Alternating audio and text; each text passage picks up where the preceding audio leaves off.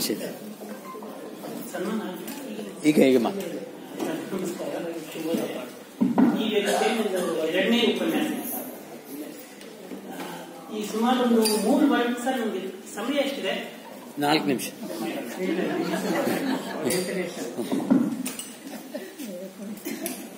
ತುಂಬಾ ಕಷ್ಟದ ಕೆಲಸ. ಸತ್ಯಬೋಧರ ಬಗ್ಗೆ 4 ನಿಮಿಷ ಅಂತ ಹೇಳ್ಬೇಕು, ತುಂಬಾ ಆಗಲಿ, ಅದಷ್ಟು ಪ್ರಯತ್ನ ಮಾಡ್ತೀನಿ. ಈಗೊಂದು 3 ವರ್ಷದ ಕೆಳಗೆ ಸತ್ಯಬೋಧರ ಬಗ್ಗೆ ನೀವೇ ಮಾತಾಡಿ, ನೀವೇ ಅವ್ರ ಬಗ್ಗೆ ಸರಿಯಾದ ಕಾರಣ ಇಷ್ಟೇ. ಸತ್ಯಬೋಧರ ನನ್ನ ಅವರ ಅವಿನಾಭಾವ ಸಂಬಂಧ ಯಾವ ತರ ಇದೆ ಅಂತ ಹೇಳಿದ್ರೆ, ನಂದು 1 ಗಂಟೆ ಊಟ ಟೈಮ್. ಈಗ ಮೋಸ್ಟ್ಲಿ ನಾವೆಲ್ಲ ವರ್ಕ್ ಫ್ರಮ್ ಹೋಮ್ ಇರೋದ್ರಿಂದ 1 ಗಂಟೆ ಊಟ. 1 ಗಂಟೆ ಅಂದ್ರೆ ನಾನು ಬೋರ್ಡಿಂಗ್ ಅಂತ ನಾನು ಸತ್ಯಬೋಧ ಸಾರ್ಗೆ ಫೋನ್ ಮಾಡಿದೆ. ಸತ್ಯಬೋಧ ಅಂದ್ರೆ ಸತ್ಯಬೋಧ ಸಾರ್ ಅನ್ಕೊಂಡೆ, ಪದೇ ಪದೇ ಪದೇ ಸಾರ್ ಅಂತ ನನಗೆ ಹೋಗ ಕಡಿಮೆ ಆಗುತ್ತೆ. ಸತ್ಯಬೋಧ ಒಂದು ಮುಖಾನೆ ನಾನು ಫೋನ್ ಮಾಡಿರ್ತೇನೆ. ಅವ್ರು 2 ಗಂಟೆ ಊಟಕ್ಕೆ ಹೋಗ್ತೇನೆ ಪ್ರತಿದಿನ. ಇದು ನಂದು ಬಹುಶಃ ದೇವ್ರ ಮೇಲೆ ಊಟ ತಕ್ಕೊಳ್ತಲ್ಲ, ಇದು ಪ್ರತಿದಿನ ಕಾರ್ಯಕ್ರಮ. ಅವಾಗ ಕೇಳ್ತಾರೆ, ಎಲ್ಲಿ ಕಳಿಸಿದೀರಾ? ನಾನು ಒಂದು ಸಾಹಿತ್ಯ ಕಳಿಸಿದೆ. ಅವನಿಗೆ 85 ವರ್ಷ ಬೇರೆ ಮಾತು. ಆದ್ರೂ ಕೂಡ ನನ್ನ ಚಿಕ್ಕ ಸ್ನೇಹಿತನಂತೆ ಪರಿಗಣಿಸ್ತಾರೆ ಅವರು. ಇದು ನನ್ನ ಅವರ ಒಂದು ರೊಟೀನು. ಪರಿಚಯ ಹೇಗಾಯ್ತು ಅಂತ ಹೇಳಿದ್ರೆ, ಕೆಂಡಮಲ್ಲಿಗೆ ಅಂತಂದ್ರೆ ಒಂದು ಕಥಾ ಸಂಕಲನ ಇದೆ. ಆ ಕಥಾ ಸಂಕಲನದ ಒಂದು ಕಥೆಯನ್ನ ಸುಚಿತ್ರಾ ಫಿಲ್ಮ್ ಸೊಸೈಟಿಯಲ್ಲಿ ಇವರು ಮತ್ತು ಖ್ಯಾತ ಕಥೆಗಾರ ಹಾಗೂ ಚಲನಚಿತ್ರ ನಿರ್ದೇಶಕ ಮೌನೇಶ್ ಬಡಿಗೇರ್ ಅವರು ಒಂದು ಕಥೆ ನೋಡಿದ್ರು. ಅಲ್ಲಿ ಮೊಟ್ಟ ಮೊದಲ ಸತ್ಯಬೋಧ ಬಗ್ಗೆ ಕೇಳಿದ್ರು. ಇವರು ನನ್ನ ಮೂಲತಃ ತವರ ಜಿಲ್ಲೆಯವರಾಗಲೂ ಅಲ್ಲಿವರೆಗೂ ಸತ್ಯಬೋಧ ಬಗ್ಗೆ ನನ್ನ ಪರಿಚಯ ಇಟ್ಟಿಲ್ಲ. ಸತ್ಯಬೋಧ ಅವರು ಈಗ ವಿಜಯನಗರ ಜಿಲ್ಲೆ ಅಂತ ಆಗಿದೆ 2-3 ವರ್ಷ ಕೆಳಗೆ. ಇಬ್ರು ನಾವು ಒಂದೇ ಜಿಲ್ಲೆಯವರು, ಇಬ್ರು ಬಳ್ಳಾರಿ ಜಿಲ್ಲೆಯವರು. ಅದರಲ್ಲೂ ಮೂಲತಃ ಇಬ್ರು ವಿಜಯನಗರ ಜಿಲ್ಲೆಯವರು. ನಾನು ಹೊಸಪೇಟೆ ಜಿಲ್ಲೆಯ ಹೂವಿನಡಗಿ ತಾಲೂಕಿನವರು, ಅವರು ಹೊಸಪೇಟೆ ಮೂಲತಃ ವ್ಯಾಸನಕೇಳಿಯವರು. ಇದು ಅವ್ರ ಬಗ್ಗೆ ಒಂದು ಸಂಕ್ಷಿಪ್ತ ಯಾವ ತರ ನಮ್ಮ ಪರಿಚಯ ಶುರುವಾಯಿತು. ಇನ್ನು ಸತ್ಯಬೋಧ ಸಾರ್ ಬಗ್ಗೆ ಬರಹಗಳ ಬಗ್ಗೆ ಹೇಳಬೇಕು ಅಂತ ಹೇಳಿದ್ರೆ, ಅವರ ಬರಹಗಳನ್ನ ನಾನು 3 ತರ ಗುರುತಿಸ್ತೇನೆ. ಒಂದು 2 ತರ, ಸೃಜನಶೀಲ ಮತ್ತು ಸೃಜನೇತರ ಮತ್ತು ಪೌರಾಣಿಕ ಒಂದು ಕಥೆಗಳು ಅಂತ 3 ತರನೇ ಅಂತಿರ್ಬೋದು. ಈ ಸೃಜನಶೀಲ ಸಾಹಿತ್ಯದಲ್ಲಿ ಕಥೆಗಳಲ್ಲಿ ಬಹುವಾಗಿ ಪಡೆದುಬಿಟ್ಟಿದ್ದಾರೆ ಅವರು. ಈಗ ಸೃಜನೇತರ ಅಂತ ಬಂದಾಗ ಅವರ ಒಂದು ಪತ್ರ ಸಂಭವ ಅಂತ ಬಂದು ಪ್ರತಿದಿನ ಅಲ್ಲ, ಅವರು ಸಾಹಿತ್ಯಕ್ಕೆ ಅಥವಾ ಕಥೆಗಾರರು ಆಗೋದಕ್ಕೂ ಮೊದಲು ಅವರು ದಿನಪತ್ರಿಕೆಗಳಿಗೆ ವಾಚಕರ ವಾಣಿಗೆ ಪತ್ರ ಬರೀತಾ ಇದ್ದಂತ ಅವರೇ ಹೇಳಿದ್ರು. ಆ ಎಲ್ಲಾ ಒಂದು ಪತ್ರಗಳನ್ನ ಶೇಖರಣೆ ಮಾಡಿ ಪತ್ರ ಸಂಭವ ಅಂತ ಹೇಳಿ ಒಂದು ಪುಸ್ತಕ ತಗೊಂಡ್ಬಂತು. ಅಲ್ಲಿಂದಲೇ ಅವರು ಸಾಹಿತ್ಯಕ್ಕೆ ಪ್ರವೇಶ ಪಡೆದರು. ಈ ಸತ್ಯಬೋಧ ಅದಾದ ನಂತರ ನೆಕ್ಸ್ಟ್ ಅವರ ಕಥೆಗಳು, ಆ ಕಥೆಗಳಲ್ಲಿ ಮತ್ತೆ ಮಕ್ಕಳ ಕಥೆಗಳಂತ ಹೇಳ್ಬೋದು. ಇನ್ನು ಪೌರಾಣಿಕವಾದಂತ ಈ ತರ 3ನೇ ಹೇಳ್ತೇವೆ. ಈಗ ಒಂದು ಸಣ್ಣ ಕಥೆಗೆ ಒಂದು ವಿಶಿಷ್ಟವಾದ ಒಂದು ಲಕ್ಷಣ ಇದೆ, ಒಂದು ಓದಿಸ್ಕೊಂಡು ಹೋಗುವಂತ ಗುಣ, ಆಮೇಲೆ ರೋಚಕತೆ. ಸಣ್ಣ ಕಥೆಯನ್ನ ಯಾವ ತರ ಡಿಫೈನ್ ಮಾಡ್ತಾರೆ ಅಂತ ಹೇಳಿದ್ರೆ, ನಿಗುಡದಲ್ಲಿ ಹೊಂಚಿ ಹಾಕಿಕೊಳ್ತಿರುವಂತ ಚಿರತೆ ಅಂತ ಹೇಳ್ತೇವೆ. ನಿಗುಡದಲ್ಲಿ ಹೊಂಚಿ ಹಾಕಿ ಕುಳಿತಿರುವ ಚಿರತೆ ಅಂತ ಹೇಳಿದ್ರೆ, ಒಂದು ಚಿರತೆ ಬೇಟೆ ಯಾವ ತರ ಮಾಡುತ್ತೆ? ಒಂದು ಚಿರತೆ ಆಗಿರ್ಬೋದು, ವ್ಯಾಘ್ರ ಯಾವುದೇ ಆಗಿರ್ಬೋದು, ಹುಲಿ, ಚಿರತೆ, ಸಿಂಹ ಅಥವಾ ತೋಳ, ಯಾವ ತರ ಬೇಟೆ ಆಗುತ್ತೆ? ನಿಗುಡದಲ್ಲಿ ಕುಳಿತು ಟಕ್ಕಂತ ಅಟ್ಯಾಕ್ ಮಾಡುತ್ತೆ. ಅದು ಸತ್ಯಬೋಧರ, ಅದು ಸಣ್ಣ ಕಥೆಯ ಲಕ್ಷಣ. ಹೌದು, ಸತ್ಯಬೋಧರ ಎಲ್ಲಾ ಕಥೆಗಳಲ್ಲಿ ಬಹುತೇಕ ನಾವು ಎಲ್ಲಾ ಕಥೆಗಳನ್ನು ಓದಿದ್ದೇವೆ. ಎಲ್ಲಾ ಕಥೆಯ ಕಥಾ ಸಂಕಲನಗಳು ಎಲ್ಲ ಓದಿದ್ದೇವೆ. ಇದು ದಾರ್ಶನಿಕ ಮಾತಲ್ಲ, ಇದು ಒಂದು ವಿಶ್ವಾಸದ ಮಾತು ಹೇಳ್ತಾ ಇದ್ದೇನೆ. ಎಲ್ಲಾ ಕಥೆಗಳಲ್ಲಿಯೂ ಸತ್ಯಬೋಧರ ಸತ್ಯಬೋಧ ಸಾರ್ ಅನ್ಕೊಂಡ್ಬಿಟ್ಟು ಒಂದು ನಂಬರ್ನು ಅದೇ ತರ ಸೇವ್ ಮಾಡ್ಕೊಂಡಿದ್ದೇನೆ, ಸತ್ಯಬೋಧ ಸಾರ್ ಅಂತಾನೆ. ಸತ್ಯಬೋಧರ ಎಲ್ಲಾ ಕಥೆಗಳಲ್ಲಿ ರೋಚಕ ತಿರುವು, ಕಥೆಯ ಅಂತ ಕೊನೆಯಲ್ಲಿ ಆ ರೋಚಕ ತಿರುವು ಯಾವ ತರ ಇರ್ತದೆ? ಸುಮ್ಮನೆ ತಿರುವುಗಾಗಿ ತಿರುವು ಕೊಡುವಂತ ತಿರುವಲ್ಲ, ಅದು ಕಥೆಯಲ್ಲಿ ಮೇಳೈಸಿರ್ತಕ್ಕಂಥ ತಿರುವುಗಳು. ಆಮೇಲೆ ಅವರು ಇನ್ನೊಂದೇನಂದ್ರೆ, ಇದು ಒಂದು ಅವರ ಒಂದು ಕಥೆಯ ಒಂದು ತಿರುವಿನ ಬಗ್ಗೆ ಆಯ್ತು. ಇದು ಒಂದು ಕಥಾ ಒಂದು ಲಕ್ಷಣದ ಬಗ್ಗೆ ಆಯ್ತು. ಇನ್ನು ಕಥಾವಸ್ತು ಯಾವ ತರ ಇರುತ್ತೆ? ಸತ್ಯಬೋಧ ಸಾರ್ ಅವರ ಕಥಾವಸ್ತುಗಳು ಹುಡುಕ್ಲಿಕ್ಕೆ ಹೋಗೋದಿಲ್ಲ ಅವರು. ಇಲ್ಲಿ ಒಂದು ಉಲ್ಲೇಖ ಮಾಡ್ತಾರೆ ಸರ್, 2 ನಿಮಿಷ ತಗೋದಲ್ಲ. ಇಲ್ಲಿ ಒಂದು ಉಲ್ಲೇಖ ಮಾಡಲಿಕ್ಕೆ ಪ್ರಯತ್ನ ಮಾಡ್ತಾರೆ. ನಮ್ಮ ಖ್ಯಾತ ನಿರ್ದೇಶಕರಾದ ಸುನೀಲ್ ಕುಮಾರ್ ದೇಸಾಯಿ ಒಮ್ಮೆ ಇಂಟರ್ವ್ಯೂ ಮಾಡ್ತಾರೆ. ಸುನೀಲ್ ಕುಮಾರ್ ದೇಸಾಯಿ ಕನ್ನಡ ನಿರ್ದೇಶಕರು, ಗೊತ್ತಿರ್ಬೋದು. ಅವರು ಬಹುತೇಕ ಉತ್ತರ ಕನ್ನಡ ಜಿಲ್ಲೆಯಲ್ಲೇ ಅವರೆಲ್ಲ ಶೂಟಿಂಗ್ ಆಗಿದೆ. Basically from Hindi, Bijapur Hindi. ಅವನು ಇಂಟರ್ವ್ಯೂ ಕೇಳಿದ, ನಿಮ್ಗೆ ವಸ್ತು ಯಾವ ತರ ಸಿಗತ್ತೆ ಫಿಲ್ಮ್ಗೆ ಅಂತ, ಯಾವ ತರ ಹುಡುಕ್ತೀರಾ ಅಂತ. ಅವರು ಒಂದು ವಿಶಿಷ್ಟವಾದ ಆನ್ಸರ್ ಕೊಡ್ತಾರೆ. ನಾನು ಅಲ್ಲಿ ಹೋಗ್ತೀನಿ, ಆ ಸಾಹಿತ್ಯ ಮಾಡ್ತೀನಿ, ನಾನ್ ಕತೆ ಓದ್ತೀನಿ, ನಾ ಪುಸ್ತಕ ಸರ್ ನಡೀತಾ ಹೋಗ್ತಾ ಇರ್ಬೇಕಾದ್ರೆ ಒಂದು ಕತೆ ಹೋಗ್ಬಿಡುತ್ತೆ ಸರ್, ಅದು ಗೊತ್ತಾಗುತ್ತೆ. ಅದನ್ನೇ ನಾವು ಕತೆ ಮಾಡಿ ಹೌದು ಕರೆಕ್ಟ್. ಸತ್ಯಬೋಧ ಸರ್ ಅವರ ಎಲ್ಲಾ ಕಥೆಗಳೆಲ್ಲ ಅದೇ ಇದು ಕೂತಿರ್ತಾರೆ, ಆಲೋಚನೆ ಮಾಡ್ತಾ ಇರ್ತಾರೆ, ಅದನ್ನೇ ತಗೊಂಡು ಕಥಾವಸ್ತು ಮಾಡ್ತಾರೆ, ಕೊನೆಗೆ ಒಂದು ರೋಚಕ ತಿರುವು ಕೊಡ್ತಾರೆ. ಆ ರೋಚಕ ತಿರುವು ಯಾವ ಕಡೆ ಇರುತ್ತಂದ್ರೆ ಕತೆ ಮೇಳಿಸ್ಬೇಕು.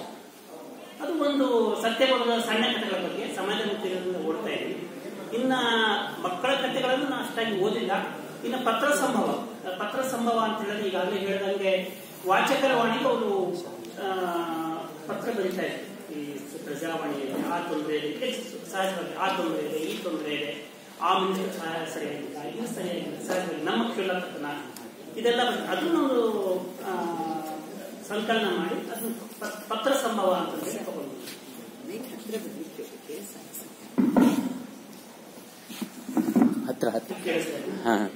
ಅದು ಪತ್ರ ಸಂಭವ ಅಂತ ಹೇಳಿ ಮಾಡಿದ್ದಾರೆ. ಆ ಪತ್ರ ಸಂಭವ ಅನ್ನೋದನ್ನ ನಾನಲ್ಲ, ಬಹುತೇಕ ಉದ್ದಾಮ ಸಾಹಿತಿಗಳು ಕೂಡ ಯಾವ ತರ ಉಲ್ಲೇಖ ಮಾಡಿ ಯಾವ ತರ ಅದನ್ನ ಅನುಮೋದಿಸಿದ್ದಾರೆ. ಅದನ್ನು ಓದ್ತಾ ಇದ್ರೆ, ಆ ಪತ್ರ ಸಂಭವ ಕಥಾ ಸಂಕಲನವನ್ನು ಓದ್ತಾ ಇದ್ರೆ ಒಂದು ಕಾಲಘಟ್ಟದ ಸಾಂಸ್ಕೃತಿಕ, ರಾಜಕೀಯ, ಸಾಹಿತ್ಯಿಕ ಎಲ್ಲ ನಮ್ಮ ಕಣ್ಣು ಮುಂದೆ ಬರುತ್ತೆ ಅಂತ ಹೇಳಿ ಹೇಳ್ತಾರೆ. ಬಹುತೇಕ ಎಲ್ಲಾ ಸಾಹಿತಿಗಳು ಅದಕ್ಕೆ ಬಂದಿದ್ದಾರೆ. ನಾವು ಅದನ್ನು ಓದ್ಬಿಟ್ರೆ ಆ ಕಾಲಘಟ್ಟದ ಒಂದು ರಾಜಕೀಯ ಪರಿಸ್ಥಿತಿ, ವಿಷಣ್ಣ ರಾಜಕೀಯ ಗಂಬುಲಾಟಗಳು, ನಮ್ಮ ಭ್ರಷ್ಟಾಚಾರ, ನಮ್ಮ ಕ್ಷುಲ್ಲಕತನ, ನಮ್ಮ ಸಣ್ಣತನ ಎಲ್ಲವನ್ನೂ ದಾಖಲಿಸಿದ್ದಾರೆ ಅಂತ ಹೇಳಿದ್ದಾರೆ. ಅದು ಪತ್ರ ಸಂಭವ. ಇನ್ನು ಈ ಪೌರಾಣಿಕ ಅವರು ನಮ್ಮ ಭಾರತದ ಎಲ್ಲಾ ಪೌರಾಣಿಕ ಮೇಲ್ಕೃತಿಗಳಲ್ಲಿ ರಾಮಾಯಣ, ಮಹಾಭಾರತ, ಭಗವದ್ಗೀತೆ, ಭಾಗವತ ಸರ್ ಈ ಮೂರು ಕಥೆಗಳನ್ನ ಈ ಪೌರಾಣಿಕ ಕಥೆಗಳನ್ನು ನೋಡೋದ್ರಲ್ಲಿ ಎರಡು ತರ ವಿಧಾನವನ್ನು ತಂದು, ಒಂದು ಪೌರಾಣಿಕ ಕಥೆಗಳನ್ನು ಯಥಾವತ್ತಾಗಿ ತಂದು ನಮ್ಮ ಕಣ್ಣ ಮುಂದೆ ನಿಲ್ಲಿಸ್ತಾರೆ. ಅದು ಯಥಾವತ್ತಾಗಿ, ಈಗ ರಾಮ ಹಾಗಿದ್ದ, ರಾಮ ಹೀಗಿದ್ದಾನೆ, ಅಥವಾ ಕೃಷ್ಣ ಹೀಗಿದ್ದಾನೆ, ಕೃಷ್ಣನ ಉಪದೇಶ ಹೀಗಾಗಿ ಯಥಾವತ್ತಾಗಿ, ಅದ್ರಲ್ಲಿ ಯಾವುದೇ ಬದಲಾವಣೆ ಇಲ್ಲ. ಅದು ಸಣ್ಣ ಪುಟ್ಟ ನನ್ನ ವಿಶ್ಲೇಷಣೆ, ನನ್ನ ಒಂದು ಕಥೆಗಾರಿಕೆ ಇರುತ್ತೆ, ಕಸಬುದಾರಿಕೆ. ಇನ್ನ ಒಂದು ವಿಧಾನ ಅಂತ ಹೇಳಿದ್ರೆ ಅದನ್ನ ನಮ್ಮ ಕಣ್ಣು ಮುಂದೆ ತರೋದಕ್ಕೂ ಮೊದಲು ಅದನ್ನು ವಿಶ್ಲೇಷಣೆ ಮಾಡ್ತಾ ಸಮಕಾಲೀನವಾಗಿ ಯಾವ ತರ ಒಂದು ಪ್ರಸ್ತುತ ಆಗತ್ತೆ ಅಂತ ಹೇಳಿ ಅದು ಒಂದು ಸಂಪ್ರದಾಯ. ಆದ್ರೆ ಸತ್ಯಬೋಧ ಸರ್ ಯಾವುದೂ ಇದು ಮಾಡಲ್ಲ. ಕಥೆಯಲ್ಲಿ ಯಥಾವತ್ತ, ರಾಮಾಯಣ ಯಥಾವತ್ತಾಗಿ ತಗೊಂಡ್ಬರ್ತಾರೆ, ಅದು ಮುಂದೆ ಮಹಾಭಾರತನ ಯಥಾವತ್ತಾಗಿ ತಗೊಂಡ್ಬರ್ತಾರೆ, ಭಾಗವತನ ಕೃಷ್ಣನ ಕೊಳಗಿನ ಕಡೆ ಯಥಾವತ್ತಾಗಿ ತಗೊಂಡ್ಬರ್ತಾರೆ. ಅದು ತಗೊಂಡ್ ಬರ್ಬೇಕಾದ್ರೆ ಅದೊಂದು ತುಂಬಾ ಒಂದು ಅವರ ಒಂದು ಕಥೆಗಾರಿಕೆ, ಅವರೊಂದು ಸಶಕ್ತ ಕಥೆಗಾರಿಕೆ ಅಂತ ಕಾಣಿಸೋದು ಇಲ್ಲಿ ಅಂತಂದ್ರೆ ತುಂಬಾ ಸರಳವಾದ, ತುಂಬಾ ಸರಳ. ಯಾವ ಸರಳ ಅಂತ ಹೇಳಿದ್ರೆ ಒಂದು ಕಥೆಯನ್ನ ಮಕ್ಕಳಿಗೆ ಹೇಳಿದ್ರೆ ಕರ್ಕೊಂಡು ಹೋಗ್ತಾರೆ. ಅದೇ ಸತ್ಯಬೋಧ ಸರ್ ಈ ಪೌರಾಣಿಕ ಕಥೆಗಳ ವಿಶಿಷ್ಟ. ಇಷ್ಟು ಹೇಳಿ I think more than 6 minutes. ಅವರ ಕಥೆಗಳ ಬಗ್ಗೆ, ಅವರ ಒಂದು ಸಾಹಿತ್ಯಿಕ ಕೃಷಿ ಬಗ್ಗೆ 23 ಕಥೆಗಳಾಗಿರಬಹುದು. ಬಹುತೇಕ ಎಲ್ಲಾ ಒಂದು ಸಾಹಿತ್ಯಿಕ ಕೃಷಿ ಬಗ್ಗೆ ಸ್ಥೂಲವಾಗಿ ನಾನು ಇಲ್ಲಿದೆ, ಅಲ್ಲಿ ಮಾರಾಟಕ್ಕೆ ಬಹುತೇಕ ಅವರ ಕೆಲವು ಪುಸ್ತಕಗಳು ಈಗಿಲ್ಲ, ಬಹುತೇಕ ಪುಸ್ತಕಗಳು ನಲ್ಲಿ ಮಾರಾಟಕ್ಕಿದೆ, ಆಸಕ್ತರು ಓದ್ಬೋದು. ಧನ್ಯವಾದಗಳು ಸರ್. ನನಗೆ ಸನ್ಮಾನ ಯಾಕೆ ಅಂತ ಕೇಳಬೇಕು ಅಂದ್ರೆ ನನಗೆ ಇಷ್ಟ ಆಗಲಿಲ್ಲ. ಒಬ್ಬ ಸಾಹಿತಿ ಇದ್ದಂತೆ ಗುಲ್ಬರ್ಗದಿಂದ ಯಾರೋ ಬಂದು ನೀವು ನಮ್ಮ ಊರಿಗೆ ಬರಬೇಕು, ಭಾಷಣ ಮಾಡಬೇಕು. ಅವ್ರಿಗೆ ಬಹಳ ಖುಷಿ. ಇವತ್ತು ನನಗೆ ಎಷ್ಟು ಖುಷಿ ಆಯ್ತು ಅಷ್ಟು ಖುಷಿ ಆಯ್ತು ನಮಗೆ. ನನ್ನ ಯಾಕೆ ಬೇಕಾಷ್ಟು ಸಾಹಿತ್ಯಗಳಿದ್ದಾರೆ ಸರ್, ಅವರು ಟಿವಿ ಎಲ್ಲ ಕೇಳ್ತಾರೆ. ಅದೇ ನಾನು ಕೇಳಕ್ ಹೋಗಲೇ ಇಲ್ಲ. ನಾನೇ ಯೋಚನೆ ಮಾಡ್ತೀನಿ ಯಾಕೆ ಬಂದು ಇದು ಕರೀತಾ ಇದ್ದಾರೆ. 86 ಅಕ್ಟೋಬರಲ್ಲಿ 87 ವಯಸ್ಸು ನಾನು. ಇದೇ ಮಾತ್ರ ಮಗನ ವೇದಿಕೆ, ಸಭೆ, ಭಾಷಣ. ನನಗೆ ಮಾತಾಡಿ ಅಭ್ಯಾಸ ಇಲ್ಲ. ಇವ್ರು ಮಾತಾಡಿ ಅಂತ ಮಾತಾಡೋದಿಲ್ಲ, ಆದ್ರೆ ಇಷ್ಟೇ ಹೊತ್ತು ಮಾತಾಡಿ ಅಂತ ಇನ್ನೂ ಕಷ್ಟ. ಏನ್ ಮಾಡೋದು ಈಗ ಮನುಷ್ಯನಲ್ಲಿ ವೃತ್ತಿ, ನಿವೃತ್ತಿ, ಪ್ರವೃತ್ತಿ ಅವರು ಹುಟ್ಟಿನಿಂದ ಬರ್ತದೆ. ಯಾವಾಗ ಪ್ರವೃತ್ತಿ ಜಾಸ್ತಿ ಸೌಂಡ್ ಆಗ್ತಾ ಏನಾದ್ರು ಪ್ರವೃತ್ತಿ ಹುಟ್ಟಿಂದ ಬರ್ತದೆ. ಆದ್ರೆ ಚಿಕ್ಕ ವಯಸ್ಸಿನ ಇದ್ದಾಗ ನಾನು ಏನ್ ನೋಡಿದ್ರು ಅದಾಗಬೇಕು ಅನ್ಸುತ್ತೆ. ಕೊಹ್ಲಿ ನೋಡಿದ್ರೆ ಕೊಹ್ಲಿ ತರ ಆಗ್ಬೇಕು, ಇವ್ರು ಹಾಡ್ ಕೇಳಿದ್ರು ಹಾಡ್ ತರ, ಇವ್ರ ತರ ಆಗ್ಬೇಕು. ಅದು ಚಂಚಲ ಚಿತ್ತದಿಂದ ಏನು ಸಾಧಿಸೋಕ್ಕಾಗಲ್ಲ. ಇಚ್ಛೆ ಇರಬೇಕು, ಆದ್ರೆ ಅದು ಉತ್ಕಟೇಶಿ ಆಗಬೇಕು. ಉಷ್ಣತೆಯಿಂದ ಇದ್ರೂ ಕೂಡ ಸಾಧನೆ ಆಗಲ್ಲ. ಅದಕ್ಕೆ ಬೇಕಾದಂತ ಸರ್ವ ಪ್ರಯತ್ನವನ್ನು ನಾವು ಮಾಡಬೇಕು. ಅದಿಷ್ಟದಲ್ಲಿ ಆಗಲ್ಲ. ಅದೆಲ್ಲ ಇದ್ದೂ ಕೂಡ ನಮಗೆ ಯೋಗ್ಯತೆ ಇದ್ರೆ ಮಾತ್ರ ಸಾಧನೆ ಸಾಧ್ಯ. ಆ ಯೋಗ್ಯತೆ ಇದ್ರೂ ಕೂಡ ಕೆಲವರಿಗೆ ಒಂದು ತಮ್ಮ ಪ್ರವೃತ್ತಿಯನ್ನೇ ವೃತ್ತಿ ಮಾಡಿಕೊಂಡು ಬದುಕೋದು ಬಹಳ ಕಷ್ಟ ಇದೆ. ಅದೃಷ್ಟ ಅದಕ್ಕೆ ಮೂರು ಜೊತೆಗೆ ದೈವ ಸೇರ ಮಾತ್ರ ಅವನಿಗೆ ಮನೆ ಸಿಗ್ತದೆ, ಇದಾಗ್ತದೆ. ಇದಕ್ಕೆ ನಮ್ಮ ಜಿಆರ್ ವಿಶ್ವನಾಥ್ ಅವರು ನಾಟಕ ಬರ್ತಾರೆ. ಅದ್ಭುತವಾದ ಬ್ಯಾಟ್ಸ್ಮನ್, ಎಷ್ಟು ಚೆನ್ನಾಗಿ ಆಡ್ತಾ ಇದ್ರು. ಆದ್ರೆ ಅವರಿಗೆ ಎಷ್ಟು ಸಿಕ್ಕಿಲ್ಲ. 69-70 ಇರಬೇಕು. ನಾನು ಶಿಫ್ಟ್ ಇಂಜಿನಿಯರ್ ಆಗಿ ಸೇರಿದ್ದೆ. ಆವಾಗ ಅದು ಸೆಲೆಕ್ಟ್ ಮಾಡಿದ್ರೆ ನಮ್ಗೆ ಖುಷಿ. ನನ್ನೇ ಸೆಲೆಕ್ಟ್ ಮಾಡಿದ ಖುಷಿ ನನಗೆ. ಆನಂದವೇ ಆನಂದ. ಅವ್ರು ಟಿವಿ ಇದ್ದಿಲ್ಲ, ಟ್ರಾನ್ಸ್ಫರ್ ಕುತ್ಕೊಂಡಿದ್ವಿ. ಬಂದಿಲ್ಲ ಅನ್ಕೊಂಡು ಚಪಾಯಿ ಕೊಟ್ಟಿದ್ದೆ. ನಾನು ಬಂದ ಊಟ ಏನ್ ಮಾಡ್ತೀನಿ, ನಮ್ಮ ಆಸೆ ಕುಗ್ಗೋಗ್ಬಿಟ್ಟು ನಾವು ಆಯ್ತು ಗೊತ್ತಿಲ್ಲ. ನಾನು ಕುಗ್ಗೋಗ್ಬಿಟ್ಟೆ. ಅವತ್ತು ಯಾಕೆ ಗೊತ್ತಿಲ್ಲ. ಈ 2ನೇ ಬಂತು ಆಟ. 137 ರನ್ ಮಾಡಿ ಅವತ್ತೇ ವಿಶ್ವಮಾನ್ಯ ಕ್ರಿಕೆಟರ್ ಟಿಟ್ಟು ಮಾಸ್ಟರ್ ಆದ ಅಂತ ಅದೃಷ್ಟ ಎಲ್ಲರಿಗೂ ಸಿಕ್ಕಾಗ. ಆದ್ರಿಂದಾಗಿ ನಾವು ನಮ್ಮ ಹುಡುಗರಿಗೆ ಆಗಲಿ ಯಾರಿಗೆ ಆಗಲಿ ಪ್ರವೃತ್ತಿ ಬಗ್ಗೆ ಯಾವ ಒಂದು ಉತ್ತೇಜನ ಕೊಡಲ್ಲ. ವೃತ್ತಿ ಮಾಡು, ಓದುವುದು. ಆದ್ರಿಂದ ವೃತ್ತಿ ಸಿಗಲಿ. ವೃತ್ತಿ ಬೇಕೇ ಬೇಕು ಮನುಷ್ಯನಿಗೆ. ಅದೇ ಜೀವನ ಕಟ್ಕೊಳ್ಳೋದು. ಮನುಷ್ಯರಿಗೆ ವೃತ್ತಿಯಲ್ಲಿದ್ರೆ ಬದುಕಿನಾಗಲ್ಲ, ಏನಾಗಲ್ಲ, ಅವ್ರ ಜೀವನವೇ ಇಲ್ಲ. ಆದ್ರಿಂದ ವೃತ್ತಿ ಬೇಕು. ಯಾವ ಓದಿದ್ರೆ ಚೆನ್ನಾಗಿ ವೃತ್ತಿ ಬರ್ತದೆ, ಒಳ್ಳೆ ವೃತ್ತಿ, ಒಳ್ಳೆ ಸಂಬಳ ಅಂತ ಅವ್ರಿಗೆ ಹೋಗ್ತಾ ಇರ್ತಾರ. ಒಬ್ರು ಒಂದೊಂದಾಗ್ತಾರೆ. ಕೊನೆ ನಾವು ಸಿಕ್ಕಂತ ಒಂದು ಕೆಲಸನ ನಿಷ್ಠೆಯಿಂದ ಮಾಡಿ ಈ ರೀತಿ ಆದ್ಮೇಲೆ ವೃತ್ತಿ ಜೊತೆಗೆ ನಿವೃತ್ತಿನೂ ಇದೆ. ಜಾದಶ್ಯ ಧ್ರುವ ಮರಣಮ್ಮ ಬರೀತಿ. ಯಾರ ವೃತ್ತಿ ಹೋಗ್ತಾರೆ ನಿವೃತ್ತಿ. ನಿವೃತ್ತಿ ಅಂದ್ರೆ ಏನು? ಇದು ಬಹಳ ಜನ ತಪ್ಪು ತಿಳ್ಕೊಂಡಿದ್ದಾರೆ. ನಿವೃತ್ತಿ ಅಂದ್ರೆ ವಿಶ್ರಾಂತಿ. ವಿಶ್ರಾಂತಿಯಂತಹ ಹೀನ ಕೆಲಸ ಯಾವುದಿಲ್ಲ ಪ್ರಪಂಚದಲ್ಲಿ. ಒಬ್ಬ ಮನುಷ್ಯ 1-2 ದಿನ ಮನೆ ಕೂಡಿಸಿ ಕೂರ್ಚಿರೋಗುತ್ತಾರೆ. ಯಾವಾಗಲೂ ಕಾರ್ಯನಿರತನಾಗಿರ್ಬೇಕು, ಪ್ರವೃತ್ತನಾಗಿರ್ಬೇಕು, ಏನಾದ್ರು ಮಾಡ್ತಾ ಇರ್ಬೇಕು.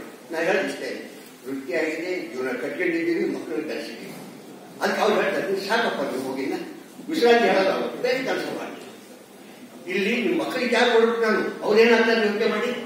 ಈ ರೀತಿ ಹೇಳಿದಾಗ ನಾವು ಏನ್ ಮಾಡಬೇಕು? ನಮ್ಗೆ ಅದೇ ಸಮಸ್ಯೆ ಕಾರಣ. ನನಗೆ ಮಾತಾಡಬೇಕು, ನಿರ್ಧಾರ ಸಿಕ್ಕ, ಕೆರೀರ್ ಸಿಕ್ಕ, ಆ ವಿಚಾರಗಳು ರಾಜಕೀಯ, ಸಾಂಸ್ಕೃತಿಕ ಎಲ್ಲ ವಿಚಾರ ನಮ್ಮನ್ನ ಹೇಳ್ತಾ ಇರೋದಕ್ಕೆ ಒಳಗಡೆ ಕುರಿತಾ ಇದ್ದೀನಿ. ಏನ್ ಮಾಡೋದು ಬಂದಾಗ ನನಗೆ ವಾಕ್ಯಕರವಾಣಿ ಕಲಿಬೇಕು. ಯಾಕೆ ಪತ್ರ ಲೇಖನ ಮಾಡಬಾರ್ದು? ಅದೃಷ್ಟ ನೋಡಿ, 97 ರಿಸಲ್ಟ್ ಆದ 90 ನಿವೃತ್ತಿ ಆಗ್ತದೆ ಅಂತ ಬಂದೆ. ಬಂತು ನಂಗೆ ಆಶ್ಚರ್ಯ, ಆನಂದ. ಇವತ್ತು ಎಷ್ಟು ಆನಂದ, ಅಷ್ಟೇ ಆನಂದ ಆಯ್ತು. ಅವರು ಆಮೇಲೆ ಕನ್ನಡ ಪರವಾಗಿತ್ತು, ಸಂಯುಕ್ತ ಕರ್ನಾಟಕ, ವಿಜಯವಾಣಿ ಎಲ್ಲರಿಗೂ ಬರ್ತೇನೆ. ಎಲ್ಲರಿಗೂ ಬಂತು. ನನಗೆ ಆವಾಗ 24 ಪೇಪರ್ ಹೋಗೋದು ಬರೆಯೋದು ಚಟುವಟಿಕೆ ಕಾರ್ಯ. ಆವಾಗ 2004 ಅವರ ಅದು 71-72 ವಯಸ್ಸು. ಆವಾಗ ನೀವ್ಯಾಕೆ ಕಥೆ ಬರಿಬಾರ್ದು, ನೀವ್ಯಾಕೆ ಪ್ರಬಂಧ ಬರಿಬಾರ್ದು ಅಂತ ಹೇಳಿದರು. ಹೌದಲ್ಲ ಅಂತ ಹೇಳ್ಬಿಟ್ಟು ಆವಾಗ ಸೂರ್ಯೋದಯ ಪತ್ರಿಕೆ ಪ್ರಬಂಧ ಬರೀ ಶುರು ಮಾಡಿದೆ. ಆ ಸುನಾಮಿ ಅಂತ ಬಾಳಿ ಜಪಾನ್ನಲ್ಲಿ ಸುನಾಮಿ ಕನ್ನಡ ಬರೀತಾರೆ. ಮತ್ತೆ ಅದು ಯೋಚನೆ ಮಾಡಿ ಸುನಾಮಿ ಕನ್ನಡ ಪದವೇ ಒಂದೊಂದು ಪ್ರಬಂಧ ಬರೆದು ಕಳಿಸ್ಕೊಟ್ಟಿದ್ದಾರೆ. 2 ದಿನಕ್ಕೆ ಅದು ಬಂತು ನೋಡಿ. ಅವತ್ತಿನಿಂದ 6 ತಿಂಗಳು 60-70 ಪ್ರಬಂಧ ಕತೆ ಪ್ರತಿದಿನ ಬರೆಯೋದು ಕಥೆನೂ ಹಾಕ್ತೀನಿ. ಕಥೆನೂ ಬಂತು. ಆವಾಗ ಎಷ್ಟು ಇದಾಗಿ ಹೋದರೆ ನಾನು ಹೇಳಕ್ಕೆ ಆಗಲ್ಲ. ಅದಾದ್ಮೇಲೆ ಪತ್ರಿಕೆ ನಾನು ಬೇರೆ ಪೇಪರಿಗೆ ಬಂದೆ. ಕಥೆಗಳನ್ನು ಯಾರು ಹಾಕಲೇ ಇಲ್ಲ. ನಿಸ್ರಾಣ, ನಿರಾಶೆ. ಅವ್ರು ನನಗೆ ಏನ್ ಮಾಡಿ ಗೊತ್ತಾಗ್ತಾ ಇಲ್ಲ. ತಕ್ಷಣ ವಾಚಕರವಾಣಿ ಮತ್ತೆ ಬರೀ ಶುರು ಮಾಡಿದೆ. ಆವಾಗ ಮಾತಾಡ್ಬೇಕಾದ್ರೆ OND ಕಥೆ ಅಂತ ಕಾಣಬೇಕು. ಬಹುಶಃ ಮಾಗಿ ಗಿಫ್ಟ್ ಅಂತ ಒಂದೇನು, ಅದು ಅದ್ಭುತವಾದ ಕಥೆ. ನಾನು ಯಾಕೆ ಕಥೆ ಬರೀಬಾರ್ದು? ಅದು ಫೇಲ್ ಆಗಿದೆ. ಆದ್ರೂ ಬರೀಬೇಕು ಅಂತ ಒಂದು ಏಕಾದಶಿಯ ಅತಿಥಿ, 25 ದಿನ ಏಕಾದಶಿ ಅತಿಥಿ ಬಂದಿದೆ. ಹಾಗೆ 15 ದಿನ ಆಗಿದೆ. ಸಾರಂಗಾದ ಎಷ್ಟು ಖುಷಿ. ಆಮೇಲೆ ಎಷ್ಟು ಖುಷಿ ನಿಜ ಹೇಳ್ತೀನಿ. ಪ್ರೋತ್ಸಾಹದಂತಹ ಕಾಲಿಕ್ಕಿದ್ದ ಪುರುಷನಿಗೆ ಪ್ರೋತ್ಸಾಹ ಇದ್ದಿದ್ರೆ ನೀರು ಹಾಕದೆ ಗಿಡದ ಎಂತ ಗಿಡ ಹಾಕಿ ನೀರಿದ್ದ ಒಳಗೆ ಹೋಗ್ತದೆ. ಪ್ರೋತ್ಸಾಹ ಅಂತ ಪತ್ರಿಕೆ ಪ್ರೋತ್ಸಾಹ ಕೊಟ್ಟು ಎಲ್ಲದೂ ಕತೆ ಬರ್ತದೆ. ಈಗ 12 ವರ್ಷದಲ್ಲಿ 200 ಕತೆ ಬರ್ತೀನಿ. 200 ಕತೆ ಬರ್ತಿದ್ದೀನಿ, 150 ಮಕ್ಕಳ ಕತೆ ಬರ್ತಿದ್ದೀನಿ. ರಾಮಾಯಣ, ಭಾರತ, ಭಾಗವತ ಅವ್ರ ನಮ್ಮ ಬಲಿಪುರ ಬಲಿಪುರ ಇವ್ಯಾಕೆ ಚೆನ್ನಾಗಿರ್ತದೆ ನಿಮ್ಮ ಲ್ಯಾಂಗ್ವೇಜು, ಯಾಕೆ ಬರಿಬಾರ್ದು ನೀವು ಇದನ್ನು ಸಿಂಪಲ್ ಆಗಿ ಅಂತ ಅವ್ರಿಗೆ ಗೌರವ ಕೊಟ್ಟು ಬಂದ್ರೆ ಇದೊಂದು ಅದ್ಭುತವಾಯಿತು. ಟೈಮ್ ಆಯ್ತಾ? ಸರಿ ಸರಿ ಸರಿ ಸರಿ ಇನ್ನು 1 ನಿಮಿಷ. ಉತ್ತರಾಖಂಡ ಓದ್ತೇನೆ ನಾನು. ಉತ್ತರಾಖಂಡ ಓದಿ ಅದು ಅದ್ಭುತ ವ್ಯಕ್ತಿ. ನಮ್ಮ ಭೈರವನಾಥ್ ಬಗ್ಗೆ ನಮ್ಮ ಹತ್ರ ಏನು ಮಾತಾಡೋಕ್ಕಾಗೋದಿಲ್ಲ, ಮಾತಾಡಬಾರ್ದು. ನಾನು ಲೈಕ್ ಮಾಡ್ತೀನಿ. 1 ತಿಂಗಳಲ್ಲಿ 6 ಮುದ್ರಣ ಕಂಡಿದೆ, ಯಾವತ್ತೂ ಇಲ್ಲ ಅಂತ ದಾಖಲೆ. ಏನಿದೆ ಇದರಲ್ಲಿ ಓದ್ಬೇಕಂತ ಓದಿದಾಗ ಅದ್ಭುತವಾಗಿ ಕಾಣಿಸ್ತು. ಆ ರಾಮಾಯಣ ಇದೆ, ಇದು ಇದೆ, ಇದು ಕಾದಂಬರಿ. ಅದು ರಾಮಾಯಣ ಅನಾದಿ ಕಾಲದಿಂದ ಒಂದು ಪ್ರಗತಿಪರರು ಕೂಡ 3000 ವರ್ಷದ ಹಿಂದಿನಿಂದ ಅಂತ ಹೇಳ್ತಾ ಇದ್ದಾರೆ. ಏನಿರ್ಬೋದು ಇದರಲ್ಲಿ? ಈಗ ಅಂಥದ್ದೊಂದು ವಾಕ್ಯ ಹೇಳ್ತಾರೆ, ಎಲ್ಲ ರಾಮಾಯಣ ಓದಿನಿ ಅಂತಾನೆ, ಯಾರು ಓದಿಲ್ಲ ಅಂತ. ಆವಾಗ ರಾಮಾಯಣ ಓದ್ಬೇಕು ಅನಿಸ್ತು, ಓದ್ದೆ. ಅದ್ಭುತ ಅದ್ಭುತ ಅದ್ಭುತ. ಒಂದೊಂದು ಇದು ಕೂಡ ಜೀವನದಲ್ಲಿ ಪ್ರತಿ ದಿನವೂ ನಾವು ಕಾಣ್ತಾ ಇದ್ದೀವಿ. ಪ್ರತಿ ದಿನವೂ ನಾನು ಟೆಕ್ನಿಕಲ್ ಅಸಿಸ್ಟೆಂಟ್ ಆಗಿದ್ದೆ ಜರ್ಮನಿಗೆ. ಪ್ರಭಾಕರ್ ಅಂತಂದು ಇದ್ರು.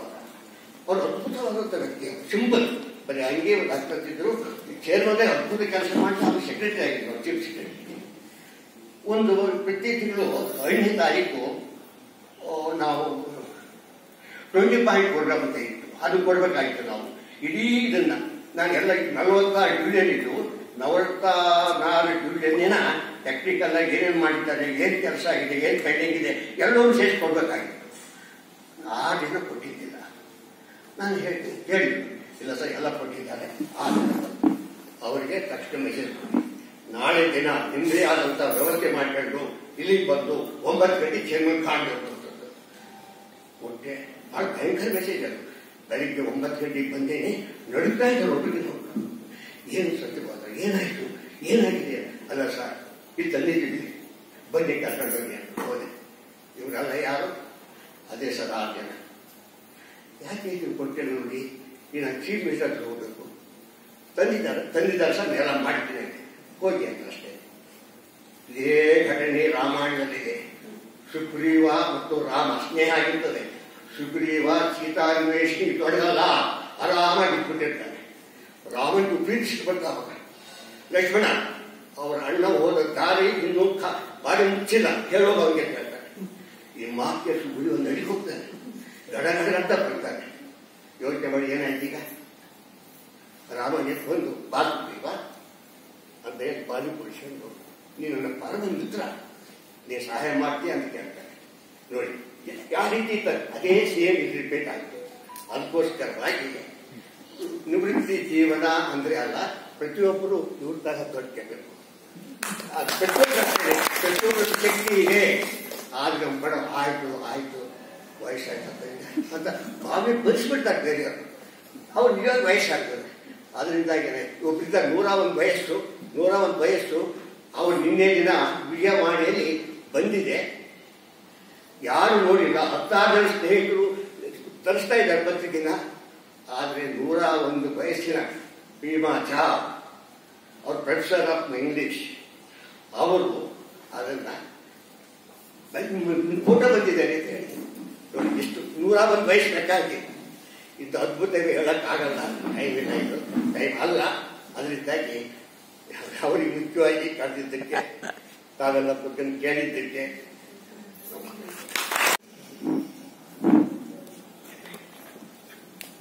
ಉಪಸ್ಥಿತ ಮಹಿಳೆ ಮಾಜಿ ಅಧ್ಯಕ್ಷ ಮುಖ್ಯಮಂತ್ರಿಯವರಿಗೆ ಹಾಗೂ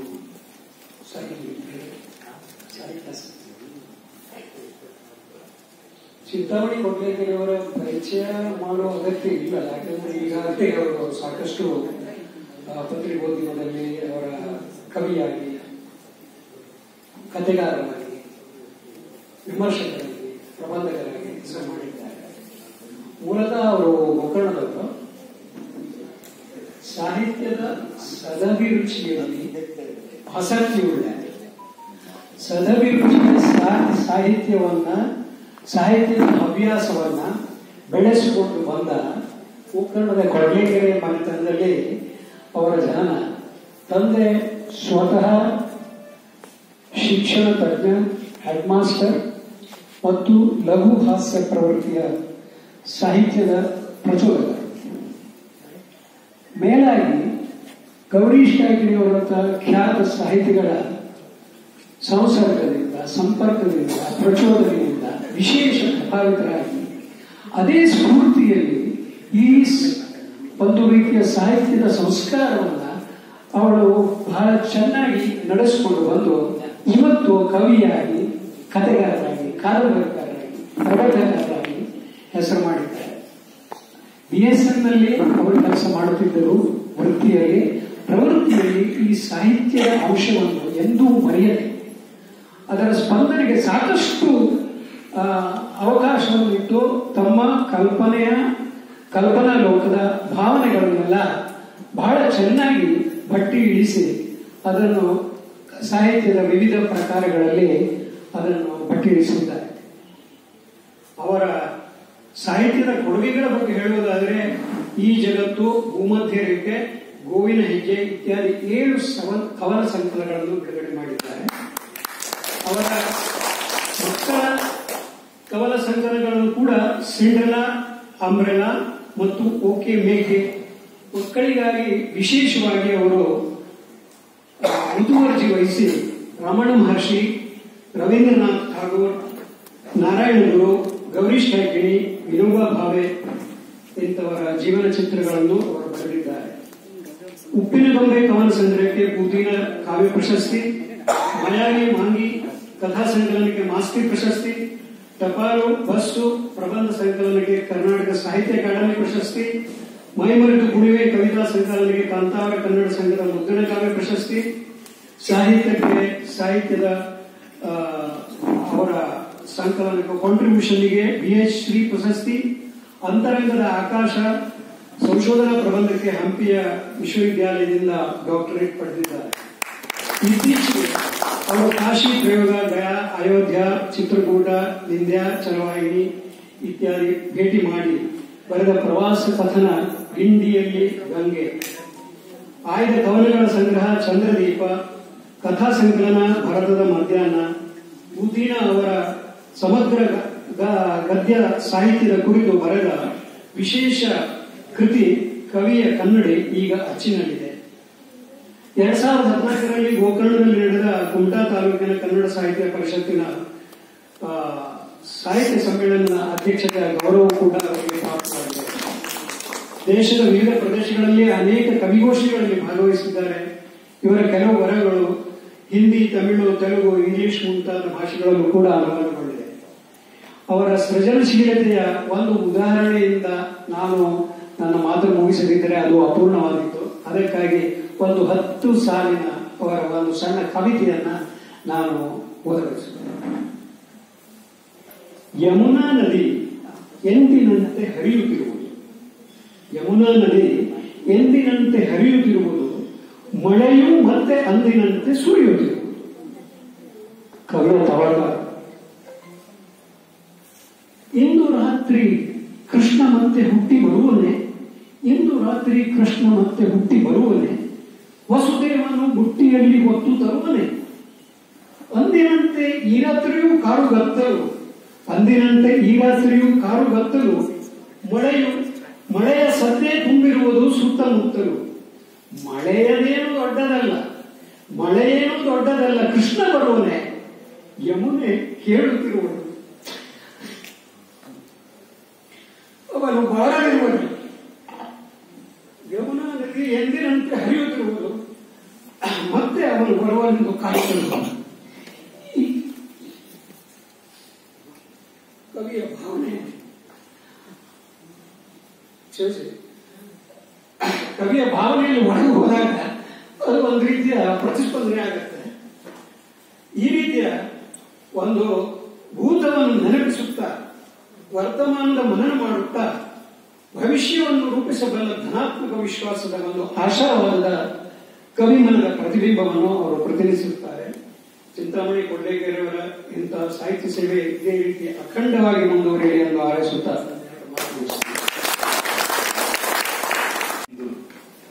ಈ ವೇದಿಕೆಯಲ್ಲಿ ಗೌರವವನ್ನ ಸನ್ಮಾನ ಮಾಡಿದ ಹಿರಿಯ ಲೇಖಕ ಶ್ರೀ ಸತ್ಯಬೋಧ ಅವರೇ,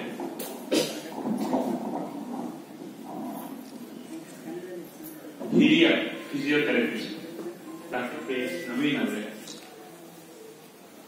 ಇವತ್ತು ನಮಗೆ ನರಸಿಂಹನ ಅವತಾರವನ್ನೇ ತೋರಿಸಿದ ನರಸಿಂಹ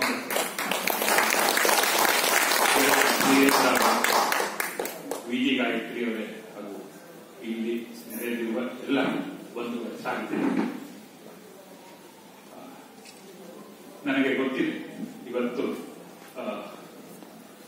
ಭೂಭಾಗ ನಾವೆಲ್ಲರೂ ಡಾಕ್ಟರ್ ಕೆ.ಎಸ್. ನವೀನ್ ಅವರ ಫಿಸಿಯೋಥೆರಪಿಯ ಕುರಿತಾದಂತಹ ಉಪನ್ಯಾಸವನ್ನು ಕೇಳಲಿಕ್ಕೆ ನಾವೆಲ್ಲರೂ ಕಾತರಲ್ಲಿದ್ದೇವೆ ಮತ್ತು ಅನೇಕರಿಗೆ ಪ್ರಶ್ನೆಗಳಿವೆ. ತಾವು ಎಷ್ಟು ಉತ್ಸುಕರಿದ್ದೀರೋ ನನಗೆ ಬಹಳ ಸಂತೋಷ. ನಮ್ಮ ಡಾಕ್ಟರ್ ಕೂಡ ಅಷ್ಟೇ ಉತ್ಸಾಹದಿಂದ ತಮಗೆ ಮಾತನಾಡಬೇಕು ಅನ್ನೋ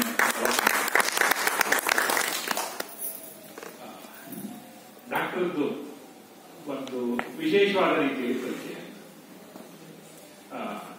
ನನ್ನ ಮನೆಯವರಿಗೆ ಆರೋಗ್ಯ ಚೆನ್ನಾಗಿರಲಿಲ್ಲ. ಅವರು ಕೆಲಸ ಮಾಡ್ತಾರೆ ಟ್ರೂ ಲೈಫ್ ಹಾಸ್ಪಿಟಲ್ಗೆ ಹೋಗಿದ್ರು. ಸಿಕ್ಕಾಪಟ್ಟೆ ಬಹಳ ಬಹಳ ಒಬ್ಬರು ಹೋದ್ರೆ ಒಂದು 20-30 ನಿಮಿಷ ಬೇಕು ನಿಮಗೆ ಫಿಸಿಯೋಥೆರಪಿಸ್ಟ್ ಕೆಲಸದ ಆಯ್ತು. ಆದ್ರೆ ಇಡೀ ವಾತಾವರಣ ತುಂಬಾ ಲವಲವಿಕೆಯಿಂದ ಇರ್ತಾ ಇತ್ತು. ಪ್ರತಿಯೊಬ್ಬ ಪೇಷಂಟ್ಗೂ ಹೆಸರು ಗೊತ್ತಿದೆ ಅವರಿಗೆ. ಬನ್ನಿ ಸುಮಾಮಯ ಅಂತ ಕೂಗ್ತಾ ಇದ್ರು, ಬನ್ನಿ ರಮೇಶ್, ಹೀಗೆ ಅವರಿಗೆ ಯಾರೆಲ್ಲ ಪೇಷಂಟ್ ಇದ್ದಾರೋ ಅವರೆಲ್ಲರನ್ನ ಬಹಳ ದೊಡ್ಡದಾದಂತಹ ಧ್ವನಿಯಲ್ಲಿ, ಅದು ಬಹಳ ಮುಖ್ಯವಾದ ನಮ್ಮ ಮನಸ್ಥಿತಿಯನ್ನ ಸ್ವಲ್ಪ ಏರಿಸ್ತಾ ಇತ್ತು. ಇಲ್ಲಾಂದ್ರೆ ಅಲ್ಲಿ ಆ ವಾತಾವರಣದಲ್ಲಿ ನಾವು ಸುಹದಾನಕ್ಕೆ ಕೂತ್ಕೊಂಡಿರ್ತಾರೆ, ಯಾರು ನಿದ್ದೆ ಮಾಡೋಣ ಅವರ ಮಾತು ಎಲ್ಲ ಬಹಳ ಲವಲವಿಕೆಯಿಂದ ಕೂಡಿರ್ತಾ ಇತ್ತು. ಹಾಗೆ ನಾನು ಸ್ವಲ್ಪ ಕಥೆ ಕವಿತೆ ಬರೀತೇನೆ ಅನ್ನೋದು ಹಾಗೆ ಅವರ ಜೊತೆಗೆ ಸ್ವಲ್ಪ ಸಲಿಗೆ ಕೆಲವು ಕವಿತೆಗಳನ್ನು ಅವ್ರ ಜೊತೆ ಹಂಚಿಕೊಳ್ತಾ ಇದ್ದೆ. ಅದನ್ನೆಲ್ಲ ಓದಿ ಹಂಚ್ತಾ ಇದ್ರು. ಕಡೆಗೆ ನಾನು ಅದನ್ನ ಕೇಳ್ತೆ, ಡಾಕ್ಟರ್ ನೀವು ಒಂದು ಸ್ಪಂದನ ಮಾಡ್ತಾ ಇದ್ದೀರಿ, ಆದ್ರೆ ನನಗೆ ಒಂದು ಚಿಂತೆ ಇದೆ. ಏನು, ಈ ಫಿಸಿಯೋಥೆರಪಿಯಿಂದ ಇಷ್ಟೊಂದು ಅನುಕೂಲ ಇದೆ. ನಾನು ಬಹಳಷ್ಟು ರೀತಿಯ ಪೇಷಂಟ್ಸ್ ಅನ್ನು ನೋಡ್ತಾ ಇದ್ದೆ. ನಾವು ಮೆಟಾಫಿಸಿಕಲ್ ವಿಷಯಗಳನ್ನ ಮಾತಾಡ್ತೇವೆ, ಆದ್ರೆ ಮನುಷ್ಯ ಮೂಲತಃ ಫಿಸಿಕಲ್ ಕೂಡ ಇದ್ದಾನಲ್ಲ. ಈ ಫಿಸಿಕಲ್ ಅಂತ ಸಮಸ್ಯೆಗೆ ಏರ್ಮೆಂಟ್ಸಿಗೆಲ್ಲ ಡಾಕ್ಟರ್ ಫಿಸಿಯೋಥೆರಪಿಸ್ಟ್. ಇದನ್ನ ಸಾರ್ವಜನಿಕರಿಗೆ ಒಂದು ಸರಳವಾದ ರೀತಿಯಲ್ಲಿ ಮುಟ್ಟಿಸೋದು ಅಗತ್ಯ ಅಲ್ವಾ ಸರ್? ಮಾಡ್ತಾ ಇದ್ದೇನಲ್ಲ ನಾನು ಅಂತದ್ದು ನಾನು ಬಹಳ ಆಶ್ಚರ್ಯ ಇದೆ ಸರ್, ಸಂತೋಷ ಸರ್. ಹಾಗಿದ್ರೆ ತಾವು ನಮ್ಮ ಊರಿನ ಗೆಳೆಯರು ಗಾಯತ್ರಿ ಅವರು ಒಂದು ಅದ್ಭುತವಾದಂತಹ ಕಾರ್ಯಕ್ರಮವನ್ನ ತಪಸ್ಸಿನಂತೆ ವ್ರತದಂತೆ, ಇವತ್ತು ಏಕಾದಶಿ ವ್ರತ ಮಾಡ್ತಾರಲ್ಲ, ಹಾಗೆ ಇವರು ಸೆಕೆಂಡ್ ಸ್ಯಾಟರ್ಡೆ ವ್ರತ ನಮ್ಮ ಗಾಯತ್ರಿ ಆಧ್ಯಾತ್ಮ, ಸಂಗೀತ, ಸಾಹಿತ್ಯ ಮತ್ತೊಂದು ಹೇಳ್ತಾರೆ ಆರೋಗ್ಯ. ಅಯ್ಯೋ ಅದನ್ನೇ ಇವೆಲ್ಲವನ್ನ ಇಟ್ಕೊಂಡು ಒಂದು ಚಂದದ ಕಾರ್ಯಕ್ರಮ ಮಾಡ್ತಾರೆ. ಕಾರ್ಯಕ್ರಮ ಮಾಡಿದ್ರು ನಾವು ಬರಕ್ಕಾಗಿಲ್ಲ ಅಂದ್ರೆ ಚಿಂತೆ ಇಲ್ಲ, ಒಂದು ಸ್ವಲ್ಪ ದಿನದಲ್ಲಿ ಅವರು ಅದನ್ನ ಯೂಟ್ಯೂಬ್ ನಲ್ಲಿ ಅಪ್ಲೋಡ್ ಮಾಡ್ತಾರೆ. ಇಷ್ಟು ಅದ್ಭುತವಾದಂತಹ ಸೇವೆಯನ್ನು ಅವ್ರು ಮಾಡ್ತಾ ಇದ್ದಾರೆ. ಅಂದ್ರೆ ಇದು ಕಲ್ಪನೆ ರೀತಿ ಇಂಥದ್ದು ಕಾರ್ಯಕ್ರಮಕ್ಕೆ ತಾವು ದಯವಿಟ್ಟು ಬರಬೇಕು ಅಂದಾಗ ನಾನು ಖಂಡಿತ ಬರ್ತೇನೆ. ಮತ್ತೆ ಗಾಯತ್ರಿ ಅವ್ರನ್ನ ಅವ್ರು ಇವತ್ತುಗಳವರೆಗೂ ನೋಡಿದ್ದಾರೆ. ಆದ್ರೆ ಅವರ ಫೋನ್ ಕರೆಯನ್ನ ಕೇಳಿ ಸ್ಪಂದಿಸಿ ಇವತ್ತು ಅವರು ತಮ್ಮ ಕುಟುಂಬ ಸಮೇತರಾಗಿ ಈ ಕಾರ್ಯಕ್ರಮಕ್ಕೆ ಬಂದಿದ್ದಾರೆ. ಆದ್ದರಿಂದ ಈ ಕುಟುಂಬಕ್ಕೆ ತಾವು ಸೇರಿಸಿ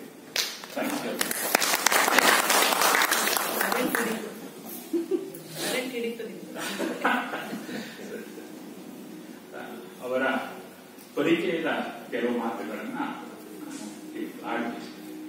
ಅದಕ್ಕೂ ಮೊದಲು ಇದು ಬಹಳ ಅಪರೂಪದ ಸಂಗತಿ. ಯಾಕೆಂದ್ರೆ ಗಾಯತ್ರಿಯವರು ನಮ್ಮ ಊರಿನವರು, ಚಿಂತಾಮಣಿ ಸಭಾಯಿತರವರು ನಮ್ಮ ಊರಿನವರು ಅಷ್ಟೇ, ನನ್ನ ಹೆಸರಿನವರು.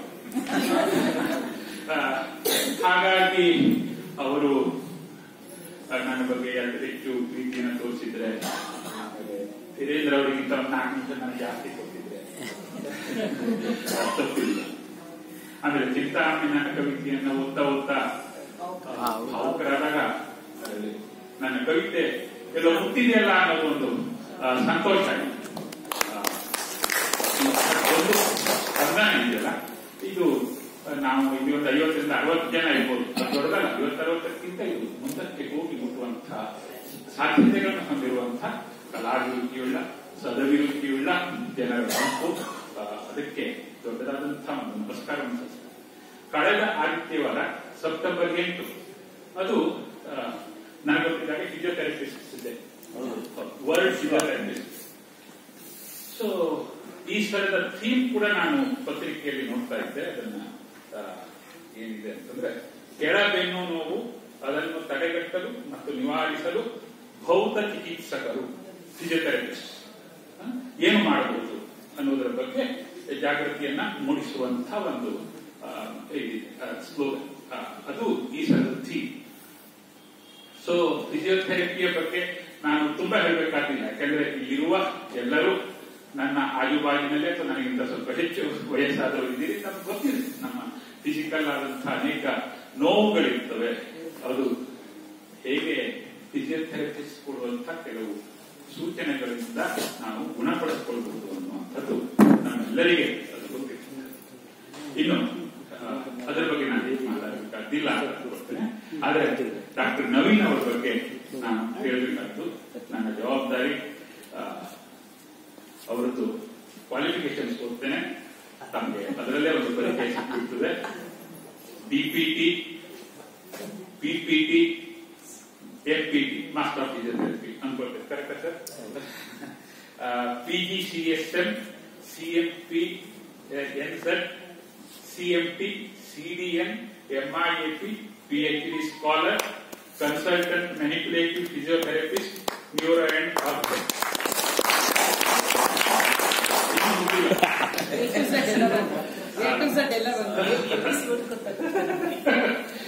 ಅಲ್ಲ, ಅದು ಸ್ವಲ್ಪ ಹೇಳ್ಬೋದು.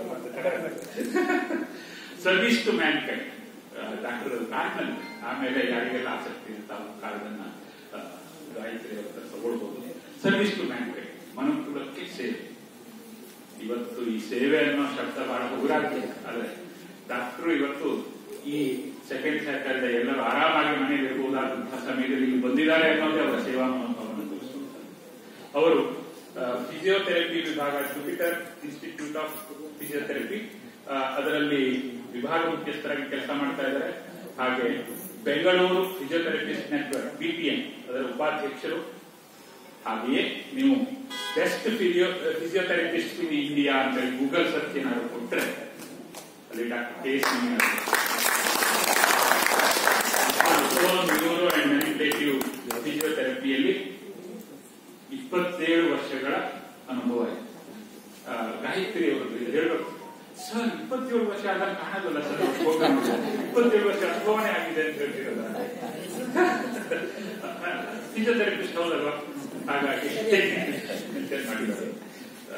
ಹಾಗೆ MGR ವಿಶ್ವವಿದ್ಯಾಲಯದಿಂದ ನ್ಯೂರೋ MPT, ನ್ಯೂಜಿಲೆಂಡ್ನಿಂದ ಸರ್ಟಿಫೈಡ್ ಮುಲಿಗನ್ ಪ್ರಾಕ್ಟೀಷನರ್, ಪ್ರಮಾಣೀಕೃತ ಮುಲಿಗನ್ ಪ್ರಾಕ್ಟೀಷನರ್, ಔರಂಗಾಬಾದ್ನ ಸ್ಪೋರ್ಟ್ಸ್ ಮೆಡಿಸಿನ್ ಸ್ನಾತಕೋತ್ತರ ಪದವಿ, ಮಸ್ಕ್ಯುಲೋಸ್ಕೆಲಿಟಲ್ ಸಮಸ್ಯೆಗಳು, ಅದರ ಚಿಕಿತ್ಸೆ ಕುರಿತು ಈ ರೀತಿಯ ಅನೇಕ ಸಾರ್ವಜನಿಕ ಕಾರ್ಯಕ್ರಮಗಳಲ್ಲಿ ಅವರು ತೊಡಗಿಕೊಂಡಿದ್ದಾರೆ. ಟಿವಿಯಲ್ಲಿ ಭಾಗವಹಿಸಿದ್ದಾರೆ, ಫೋನ್ ಲೈವ್ ಕಾರ್ಯಕ್ರಮಗಳಲ್ಲಿ ಪಾಲ್ಗೊಂಡಿದ್ದಾರೆ.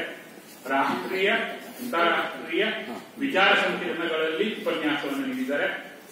ಹಾಗೂ ನ್ಯೂರೋಮಸ್ಕ್ಯುಲರ್ ಸಿಸ್ಟಮ್, ಅದರ ಅಸ್ವಸ್ಥತೆಗಳ ಚಿಕಿತ್ಸೆ ಕುರಿತು ಈಗಾಗಲೇ ಹೇಳಿದಂತೆ ಅನೇಕ ಕಾರ್ಯಕ್ರಮಗಳನ್ನು ಅವರು ನೀಡಿದ್ದಾರೆ. ನಾಗರಬಾವಿಯ ಮತ್ತು ಮಲ್ಲೇಶ್ವರಂನ ಆಸ್ಪತ್ರೆಗಳಲ್ಲಿ ಫಿಸಿಯೋಥೆರಪಿಸ್ಟ್ ವಿಭಾಗದಲ್ಲಿ ಸೇವೆಯನ್ನು ಸಲ್ಲಿಸ್ತಾ ಇದ್ದಾರೆ.